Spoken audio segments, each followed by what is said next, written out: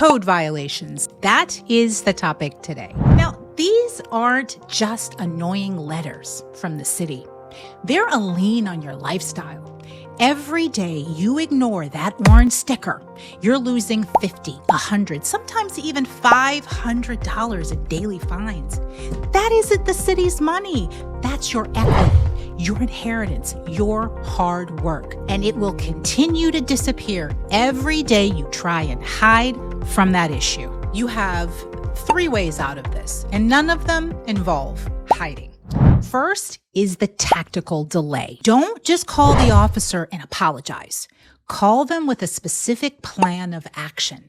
Believe it or not, these officers actually have some discretionary power, but they need a paper trail to use it. Tell them this: I have a contractor coming out on Thursday for an estimate, and I'll have a contract signed by Monday.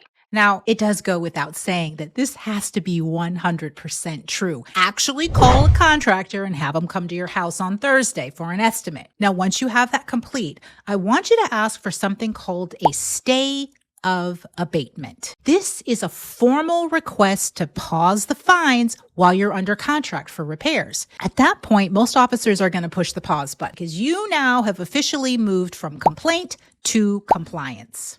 Second, the hardship. If you're on a fixed income, I want you to call the housing department, not code enforcement, and ask them about something called emergency repair grants.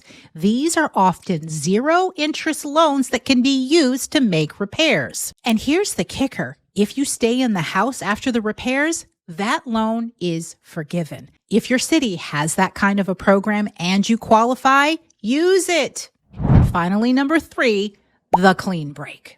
Now, if you just do not have $20,000 to make a bunch of repairs and your city doesn't have a low interest repair loan to offer, or you just don't have the stomach for a 6-month construction project, sell it to an investor. They don't just buy the house, they buy the liability. They take the liens, the paperwork, and the inspections off your plate at closing. You walk away with a clean title and your sanity. At the end of the day, the city just wants the house fixed and you just want your life back. So hopefully one of these 3 options will help you navigate out of this situation.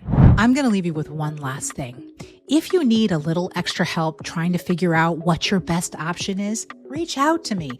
Click the Work With Me link in the description below. Or if you just have a question, click the Ask Me Anything link. I read and answer each and every one of those questions. All right, I'm done, and I'll see you in the next video.